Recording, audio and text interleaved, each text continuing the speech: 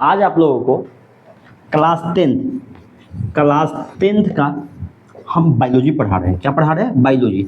Biology को हिंदी में बोलते हैं जीव विज्ञान। क्या बोलते हैं? जीव विज्ञान बोलते हैं। इसका सेकेंड चैप्टर नंबर सेकेंड का नाम है श्वसन तंत्र, रेस्पिरेटरी सिस्टम। अब इस बात पर ध्यान दीजिएगा, इसको क्या कहते हैं, मतलब श्वसन किसे कहते हैं। और पहले समझेंगे ये तंत्र का मतलब आप एक ही बात समझिए, बहुत चीज का समूह यदि क्रमबद्ध लगा हुआ है, इस सबको तंत्र बोल सकते हैं। अब कैसा तंत्र है? आपको इससे पहले जो क्लास पढ़ाए थे पाचन तंत्र पढ़ाए थे कि नहीं बताइए? पाचन तंत्र पढ़ाए थे ना, पचाने में जो अंग योगदान देता है, इस अंग के समूह को पाचन तंत्र बोलते हैं। ये बताए थे कि नहीं आप लोगों को? बताइए, बताए थे। तो इसी प्रकार श्वसन तंत्र क्या होता है, तो इसको पहले क्लियर कर देता हूं। यहां पे आप लोग ध्यान दीजिएगा, इस श्वसन जिसको रेस्पिरेशन बोलते हैं, सॉरी ऐसे हो गया, रेस्पिरेशन बोलते हैं, इसी को ब्रीथिंग भी बोलते हैं। क्या बोलते हैं? ब्रीथिंग भी बोलते हैं, सांस लेना। अब देखिए, इस श्वसन का ही मतलब ही होता है सांस लेना। सांस लेने का मतलब यदि सांस लेकर छोड़ना, ये जब सांस ले रहा है, सांस या छोड़ रहा है, उस प्रक्रिया को क्या कहते हैं? श्वसन। कोई दिक्कत यानी प्रॉब्लम? तो कहने का मतलब इस सांस, इस दोनों का मतलब ही होता है सांस लेने की प्रक्रिया।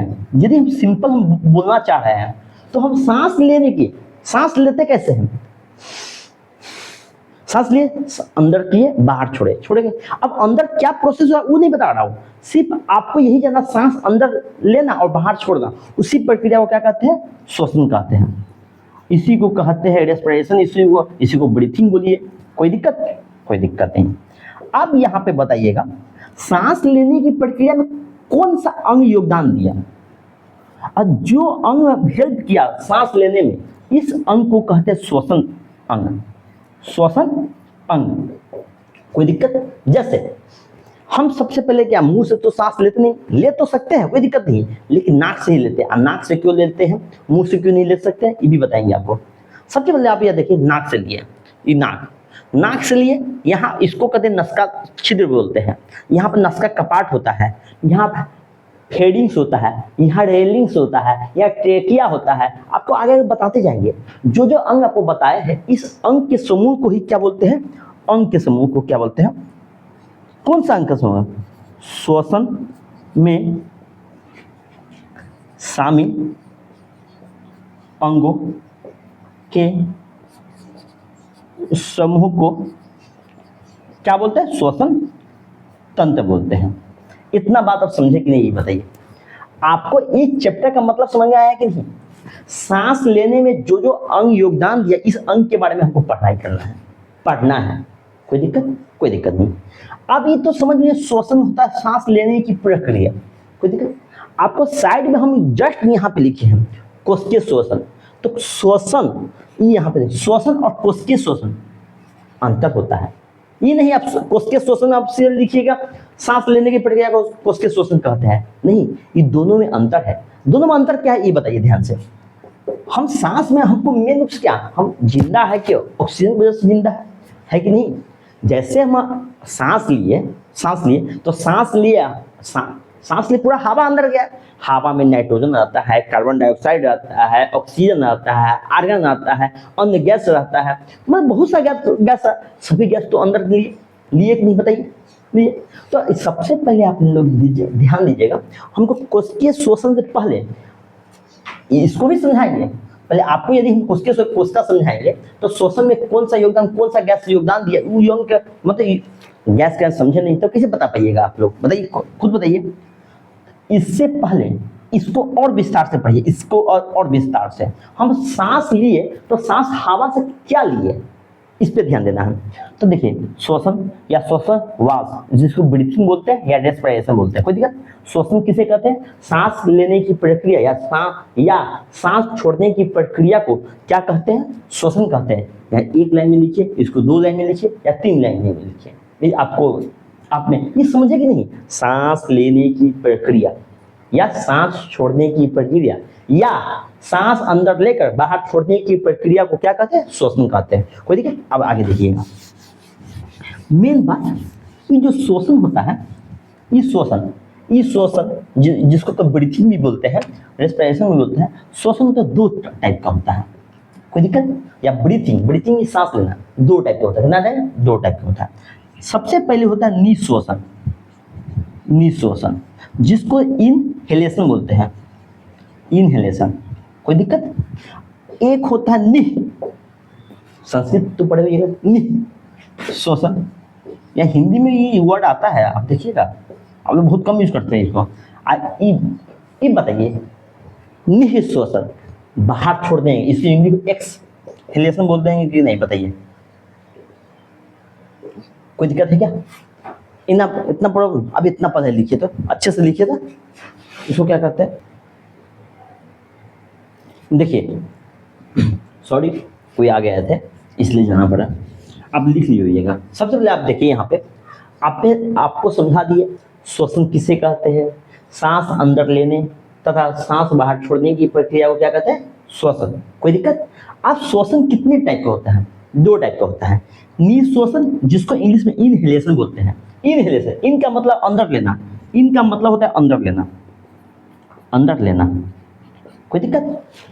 इसके बाद होता है निश्वसन, जिसका इंग्लिश में होता है एक्सहेलेशन, एक्स का मतलब बाहर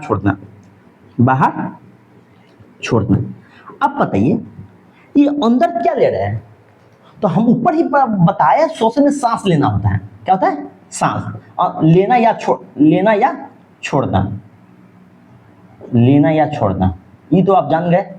अब बताइए निश्वसन क्या हुआ, निश्वसन के इंग्लिश में आप देखिए इनहेलेशन, तो इनहेलेशन के इन का मतलब हमेशा अंदर होता है, तो इसमें क्या निश्वसन में आपको मतलब आप क्या जानिएगा, इसमें सांस अंदर लेने की प्रक्रिया को ही निश्वसन कहते हैं। कोई दिक्कत? और सांस बाहर छोड़ने की प्रक्रिया को ही क्या कहते हैं, निश्वसन कहते हैं। सिंपल है कि नहीं, बताइए। तो इसी को लिखिए, सांस अंदर लेने की प्रक्रिया, सांस अंदर लेने की प्रक्रिया को क्या कहते हैं, निश्वसन, जिसको इनहेलेशन बोलते हैं। निश्वसन किसे, या मतलब निश्वसन या एक्सहेलेशन किसे कहते हैं, सांस बाहर छोड़ने की प्रक्रिया को निश्वसन कहते हैं। कोई दिक्कत?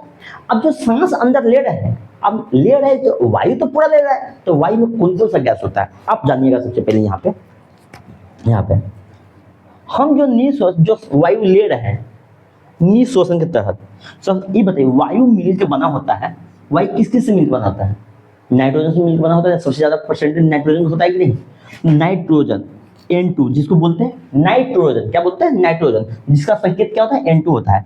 ये वायु में कितना परसेंट होता है, 18% होता है, 78% होता है। कोई दिक्कत? ऑक्सीजन, सॉरी O2, ऑक्सीजन होता है 21%।